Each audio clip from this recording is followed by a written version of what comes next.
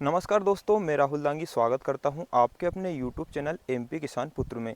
दोस्तों, इस वीडियो को बनाने का मकसद ये है कि बहुत से किसान भाई जो है कमेंट कर रहे हैं कि सर इस अवस्था पर जैसे अभी सोयाबीन की जो हमारी वैरायटी है वो 40 दिन के लगभग में चल रही है और फूल सभी वैरायटियों में निकल आए हैं। तो जो पुरानी हमारी वीडियोस है सोयाबीन की, उन पर कमेंट आ रहे हैं कि इस अवस्था पर हमें कौन सा फंगिसाइड अपनी सोयाबीन की फसल में स्प्रे करना चाहिए जिससे हमें बेस्ट रिजल्ट मिले। तो इसी टॉपिक पर इस वीडियो में हम चर्चा करने वाले हैं। तो वीडियो काफ़ी महत्वपूर्ण होने वाली है, तो वीडियो को लास्ट तक जरूर देखिएगा। यदि आपने अभी तक हमारे चैनल को सब्सक्राइब नहीं किया है तो चैनल को भी सब्सक्राइब जरूर कर लीजिएगा, क्योंकि हम आपके लिए ऐसी ही महत्वपूर्ण जानकारियाँ समय समय पर लाते रहते हैं।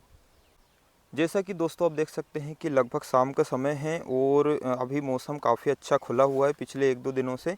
तो अब हम बात करते हैं जिस टॉपिक पर हमने वीडियो बनाई है कि हम इस अवस्था पर, जैसे अब ये हमारी जो जेएस की 2303 सोयाबीन की वैरायटी है, जो लगभग आज 40 दिन की अवस्था पर कह सकते हैं कि लगभग 41-42 दिन की कंडीशन में ये चल रही है। और अगर इसमें हम बात करें कि कौन सी स्टेज पर है, तो आप देख सकते हैं फूल इसमें अभी निकल रहे हैं। फूलों की कंडीशन पर ही हमारी सोयाबीन की जो फसल है वो भी बनी हुई है और काफ़ी अच्छी मात्रा में हमें फूल भी इसमें देखने को मिल रहे हैं। तो इस अवस्था पर अब जो है सेकेंड स्प्रे लगभग सभी किसान भाई अपनी फसल में इंसेक्टिसाइड का करने वाले हैं। तो इस अवस्था में अब कौन सा जो है फंगिसाइड उनको डालना चाहिए, यहाँ पर बहुत से किसान भाई कंफ्यूज हो रहे हैं। तो दोस्तों, ये वीडियो बनाने का यही मकसद है कि आपको क्लियरली समझाना दोस्तों। जैसे कि अगर आपकी सोयाबीन में मान के चलते हैं कि कोई सी समस्या आ रही है, कह सकते हैं कि कहीं पर पीलापन आ रहा है, या फिर हम बोल सकते हैं कि एंथ्रेक्नोज वाली समस्या आ रही है, या फिर कह सकते हैं कि जो एरियल ब्लास्ट वाली समस्या आती है, मतलब कह सकते हैं कि किसी भी फफूंद जनित अगर समस्या किसी भी प्रकार की आपकी सोयाबीन की फसल में दिख रही है आपको, तो आप उसमें जैसे फंगिसाइड का स्प्रे कर सकते हैं।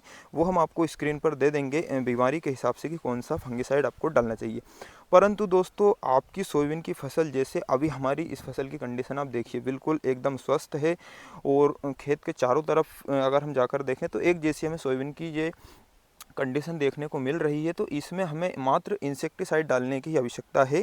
जैसा कि आप देख सकते हैं कि पत्ते कटना प्रारंभ हो चुके हैं, क्योंकि 15 दिन हमें इंसेक्टिसाइड का फर्स्ट स्प्रे किए हो गए हैं, तो अब इल्लियों का प्रकोप हमें दिखने लग गया है। तो कल इसमें हम सेकेंड स्प्रे करने वाले हैं ओनली इंसेक्टिसाइड का। तो आपको भी दोस्तों इंसेक्टिसाइड का ही स्प्रे करना है। फफूंदनाशक का इस समय कोई भी सोयाबीन में जो है आवश्यकता नहीं होती है, अगर आपकी सोयाबीन स्वस्थ है। तो अगर आपकी सोयाबीन में किसी प्रकार की समस्या आ रही है, ग्रोथ नहीं कर पा रही है, या फिर कह सकते हैं कि किसी प्रकार की फफूंद जनित फंगस जनित समस्या है जो आपको दिखाई दे रही है, उसके लक्षण अलग ही दिख जाते हैं, तब आप फफूंदनाशक यानी कि फंगिसाइड की तरफ जा सकते हैं। उसमें भी जो जिस बीमारी के लिए जो रिकमेंडेड फंगिसाइड है उसी को आप डाल सकते हैं। ऐसा नहीं कि किसी को भी डाल देंगे तो आपका रिजल्ट आ जाएगा। अब दोस्तों, जैसा कि स्वस्थ सोयाबीन की फसल है, तो उसमें आप किसी भी फंगिसाइड का स्प्रे ना करें। स्प्रे हमको कब करना है, जब हमारी सोयाबीन की जो फसल है वो अगली स्टेज पर पहुंच जाएगी। मतलब जब फूल से जैसे रवे बनना प्रारंभ हो जाएंगे और रवे से हल्का सा फलियों का विकास होना प्रारंभ हो जाएगा। मतलब रवे और जब फलियां बनती रहती है उस समय हमें जो है फंगिसाइड का स्प्रे करना है। अब फंगिसाइड में दोस्तों अभी तक पिछले 3-4 सालों से जो one of the best fungicide जो चल रहा है, वो कह सकते हैं कि हम बीएसएफ का जो प्रियाक्सर है वो, उसका काफ़ी अच्छा हमें रिजल्ट देखने को मिल रहा है। पिछले 3-4 सालों से उसका हमें काफ़ी बेहतरीन रिजल्ट देखने को मिला है, और अवस्था पर हम उसको सही इस्तेमाल करते हैं तो काफ़ी बेस्ट रिजल्ट देता है। उसकी अवस्था डालने की वही रहती है जब आपकी फसल में पूर्ण रूप से फूल उतर जाएं और रवे बनना प्रारंभ हो जाएं और हल्का सा रवे से फलियों का विकास भी होना प्रारंभ हो जाए, तब आप प्रियाक्सर फंगिसाइड का थर्ड स्प्रे करें। जब आप इंसेक्टिसाइड का थर्ड स्प्रे करेंगे उस समय अगर आप इंसेक्टिसाइड के साथ में फंगिसाइड लेते हैं तो आपका उत्पादन डेफिनेटली 1 से 2 कुंटल बढ़ के आने वाला है एकड़ पर।